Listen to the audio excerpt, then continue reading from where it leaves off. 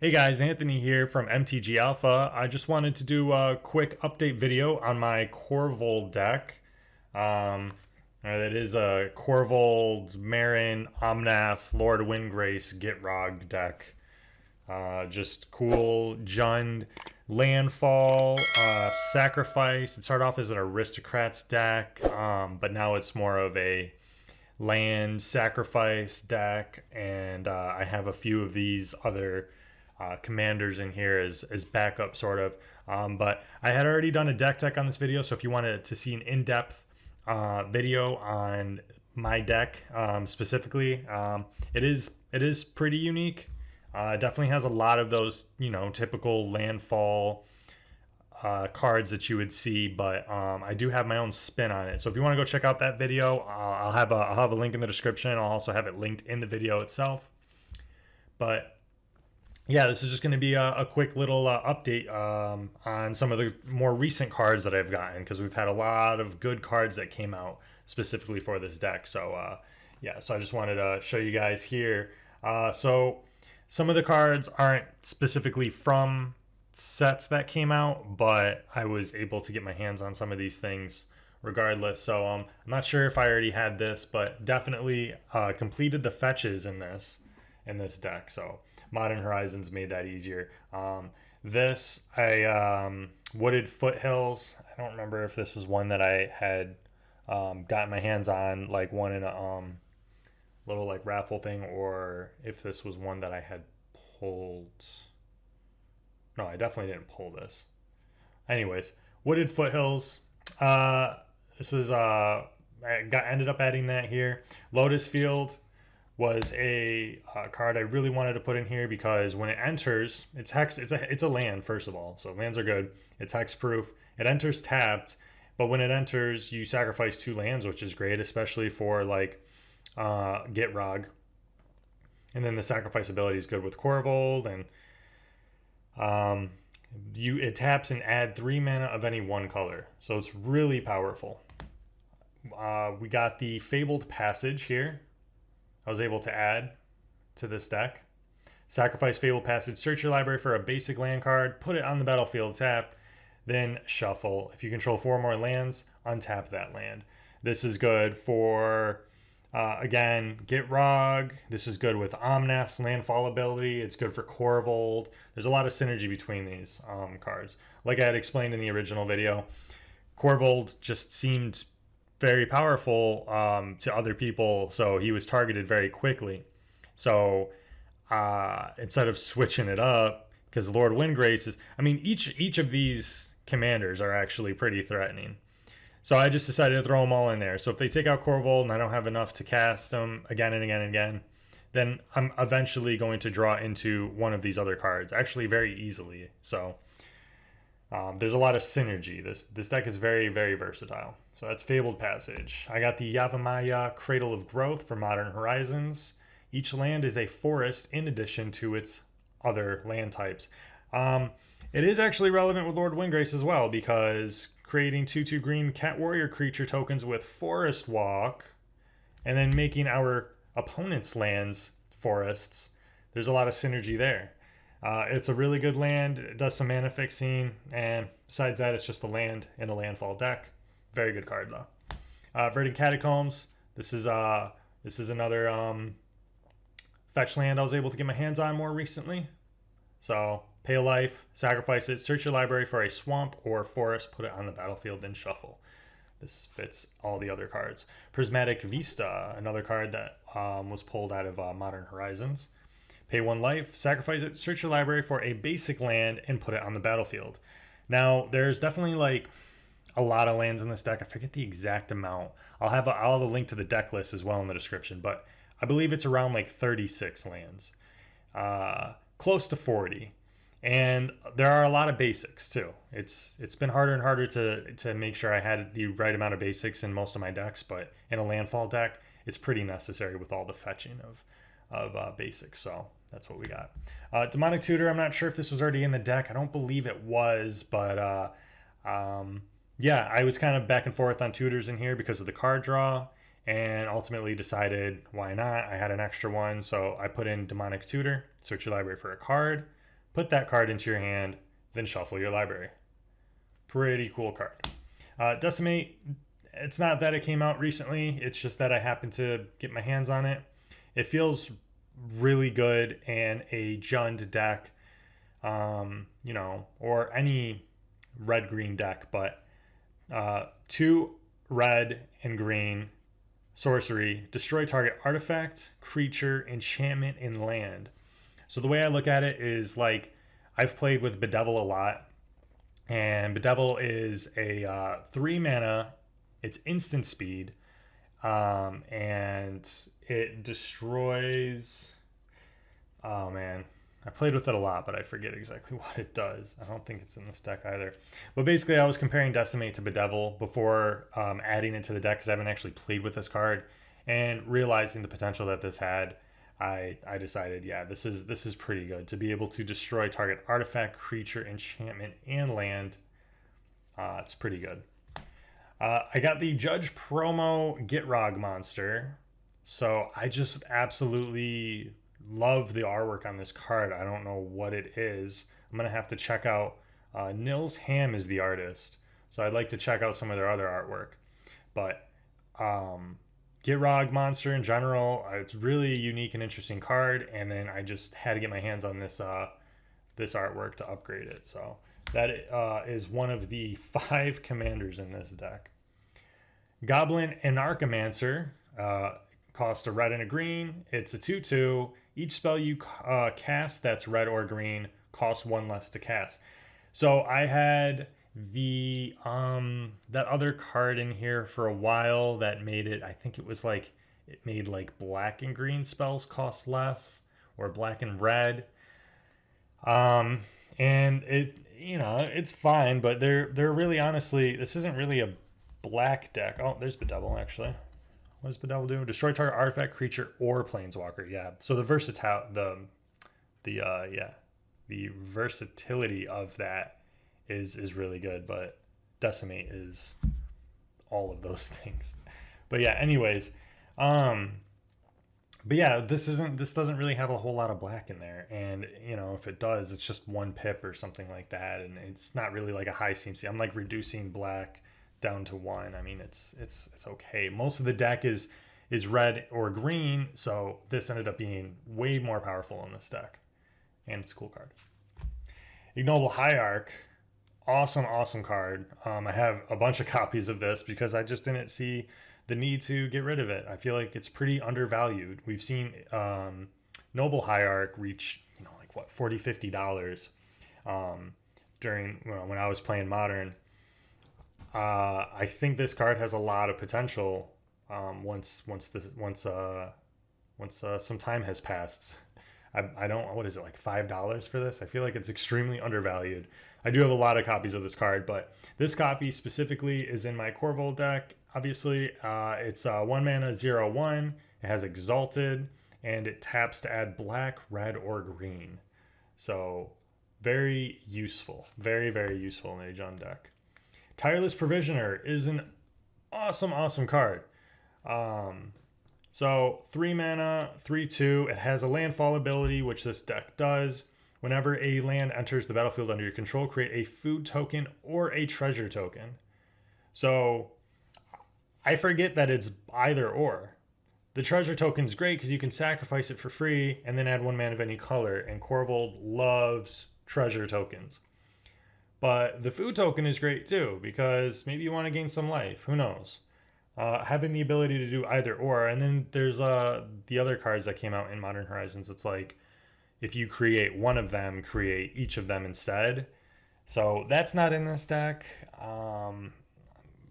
I was considering it, but I'm going to have to play this a lot more to see like how many tokens I actually do produce. I know it's a lot, but I just want to know the consistency of it.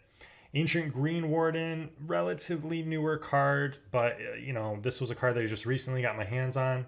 It's a 6 mana 5/7 with reach. You may play lands from your graveyard. That is amazing right there. That's worth it.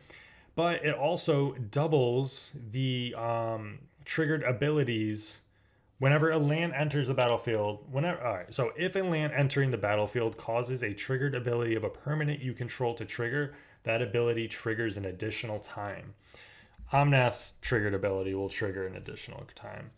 Tireless Provisioner's ability triggers it. All the landfall stuff in this deck. Double landfall abilities. Like, this deck is already so powerful. Ancient Green Warden is just so nasty. Like, landfall didn't need this increase of power, but you know, it's there anyways. Some great examples of good landfall. Morag, Fury of Akum. 6 mana, 6/6, costs 4 and 2 red. Each creature you control gets +1/+0 for each time it has attacked this turn. How is that relevant? Well, because it has a landfall ability that says whenever a land enters the battlefield under your control, if it's your main phase, there's an additional combat phase after this phase, and at the beginning of that combat, you untap all creatures you control. I haven't actually played with this, but you can see how that can get pretty insane in a landfall deck. It really seems like a card like this, Ancient Green Warden with the right cards on the battlefield. These are game enders right here. So I was back and forth on this for a little while because I had to keep like thinking about it. Like, is it really worth it? Is it too powerful? Is it not powerful enough?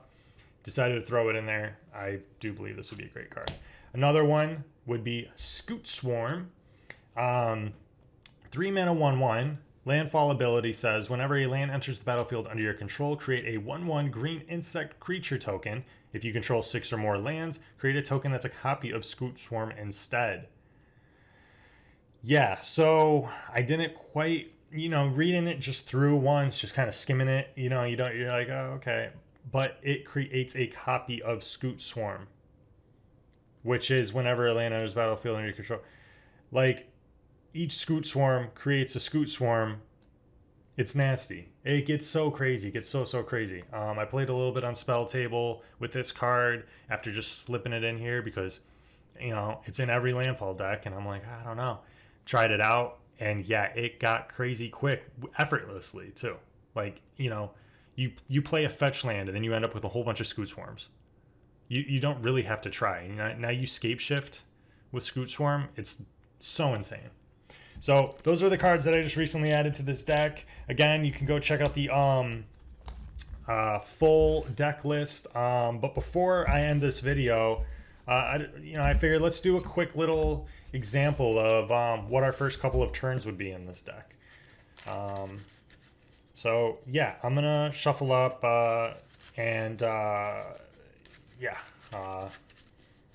be right back. Okay, guys, I'm back. I just got my deck all shuffled up. So, let's just see what basically opening hand looks like and what our first few turns looks like with this deck. All right, so we draw 7. Let's see what a raw 7 looks like. Honestly, not bad, really. We have 3 lands here. One of them is a Prismatic Vista, so we can go ahead and fetch, get some landfall abilities. We have Natural Order, which lets us sacrifice a creature, search for a green creature, put it on the battlefield. World Shaper is great. And we have 3 visits. Oh, we have a landfall. Yeah, so this is a hand that I would keep. I'm not too concerned with aggressive mulligan. So say we draw on our turn. Beautiful. We draw into a crop rotation. I'm not going to bother flipping it, but let's say we do let's say we do Prismatic Vista. It's probably best to hold on to that for a Tireless Tracker, but hey, we also want to ramp, and there's going to be plenty of landfall later on, so no concerns there. So we'll pay a life, we'll sacrifice that, we'll search for a basic land and put it on the battlefield, and we're doing all of this on our opponent's end step, right before our turn. So let's go find ourselves a forest. Quick little shuffle. All right.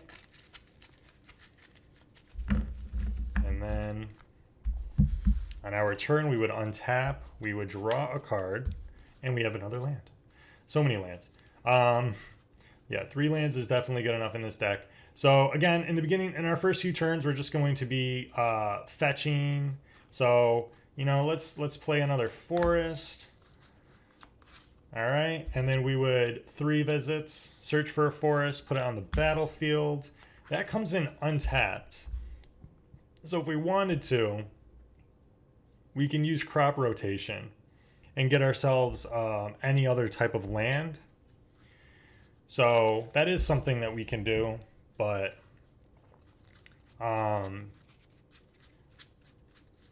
you know, I'd probably rather save the crop rotation. It's only one. It's not getting us anywhere. We're not ramping. So we're just going to save that for later on. So with 3 visits, you can get a reserved list land, dual land. So no, normally I would just get like Overgrown Tomb or something, black, red, or black, green, Shockland, but since I happen to have this, I had sold a bunch of rares that I was sitting on, and to get 1 reserve list land, which seems pretty worth it. So, you know, fortunately for us and unfortunately for our opponents, that's something that we can do easily. It comes in untapped. It counts as both a forest and a mountain. So that's what I would do in this deck. All right. So then then we would draw on our next turn, Crucible of Worlds. So now we can play lands from our graveyard. We can recast that Prismatic Vista every single turn and get landfall guaranteed every single turn. We can play a Swamp, and we're almost there casting our commander. So our options here would be World Shaper or Tireless Tracker. We want the landfall abilities because why not? But also whenever Tireless Trackers whenever World Shaper attacks, you may mill 3 cards. You may. And when it dies, put all lands from your graveyard onto the battlefield. So do we want to cast this early on because we can maybe swing on some opponents? Oh, there we go. Because we can swing on some opponents pretty easily early on in the game. Or do we want Tireless Tracker so we can beef it up? I'd say let's just play World Shaper. So we would do that. On our next turn, we would draw, play another land. We have enough to cast our commander now, which seems to be good because it enters. We can sacrifice a land because when it enters battlefield, you sacrifice another permanent. We would draw a card, and there, we just got our land back for next turn. And he'll get a counter, Korvold. So we'll put a counter on Korvold. Can't attack in the same turn. But we can attack with World Shaper, mill 3, land, Fairhaven Elf, which is cool, and Rampage and Ballast, which, you know, would have been nice. But so now as far as the lands with Crucible of Worlds, and when World Shaper dies, put all lands from your graveyard onto the battlefield. So people aren't, we're just going to keep milling, because already I don't think anyone, unless they want to just quick prevent World Shaper from getting crazier, like we're going to get Bloodstain on our forest, Prismatic Vista, when that dies directly on our battlefield. Already we're at an advantage here. And then we have other landfall abilities. So just to see what it looks like with Korvold, untap, draw a card. Bloodghast is great. If we mill that with World Shaper, that's fine because its landfall ability will bring it back to the battlefield from our graveyard every time we play a land. So we can do, let's see, Korvold. So we can pay a forest, use that, sacrifice it, crop rotation, sacrifice it, draw a card, get a counter on Korvold. Korvold's a 6/6. Search for our any land card. So search for any land card. It's so crazy. So then let's get a we can get a Lotus Field. We can get something that lets us sacrifice things. Let's put more lands in the graveyard. Why not? So why not? Let's get a Lotus Field. We'd shuffle, float some mana. Let's float these 2. All right, sacrifice 2 things, draw 2 more cards. Korvold is now an 8/8. We have 2 mana floating. We can pay 1 and use that 2 for Crucible of Worlds. Play a land from our graveyard. Get ourselves a fetch. Sacrifice it. Draw a card off of Korvold. That gets a +1/+1. That's a 9/9. Then we go ahead and get ourselves another land. We'll get a Overgrown Tomb. You know, we would shuffle. We only have 1 land now.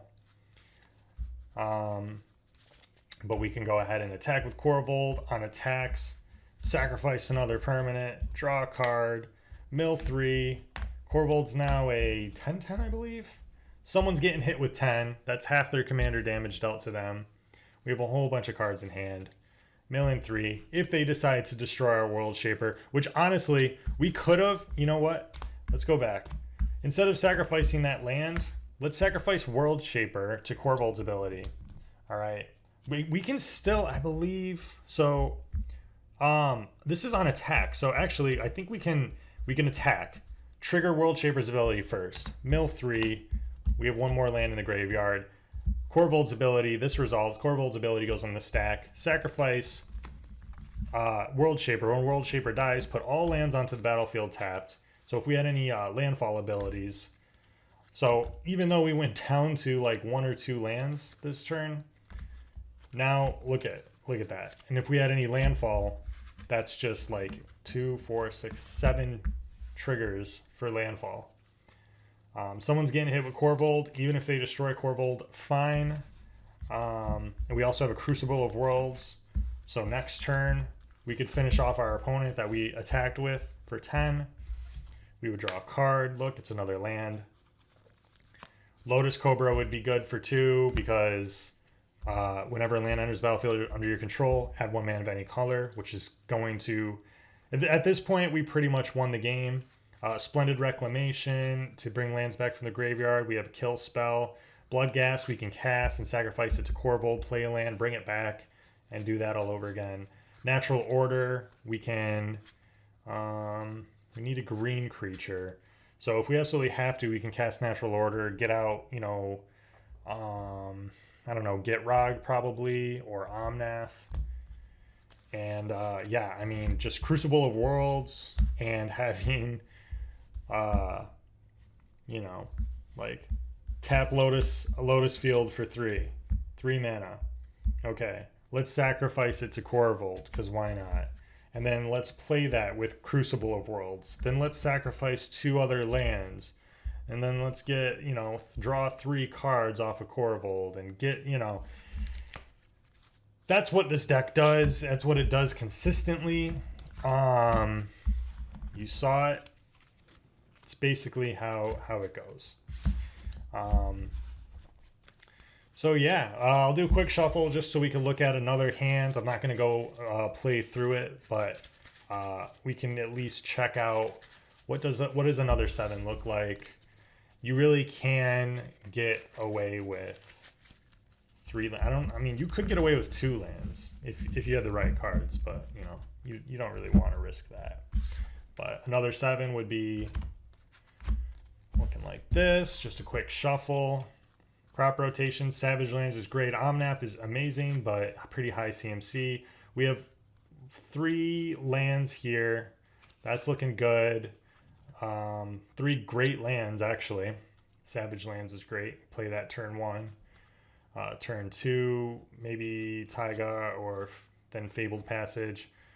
We have Crop Rotation, Caustic Caterpillar. So this is looking more... Caustic Caterpillar is really good with like Marin, something like that.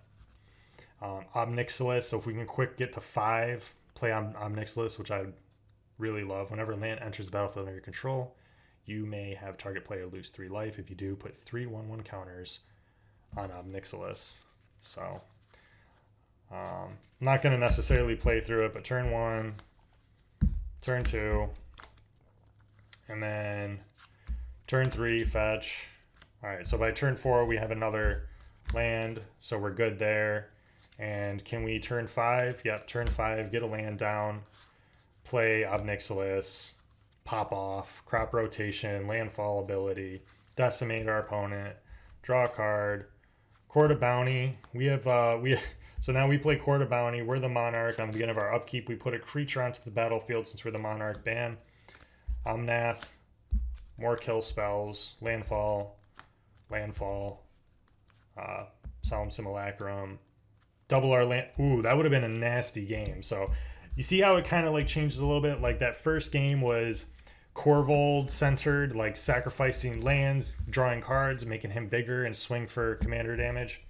And then now this hand happened to be more of a, you know, offensive, like we have our, you know, kill spells and stuff like that, less ramp, but we have our 2 landfall cards here, and now we're doubling our landfall abilities. I must have just put these back. So yeah, more landfall centered things. This is landfall courser. Brass's Bounty would be better with Korvold, but you get the idea. Maybe by then we'd play Korvold and Brass's Bounty and then win the game. Korvold and Brass's Bounty is pretty nasty. All right, guys. Well, yeah, so that was my update on Korvold. I hope you guys enjoyed the video. If you did, please leave a like and make sure you're subscribed for more videos just like this. Check us out in the Discord. We got a bunch of people in there. You know, some pretty chill people, some really cool people that are part of that community. So check us out, and yeah. Till then, see you next time.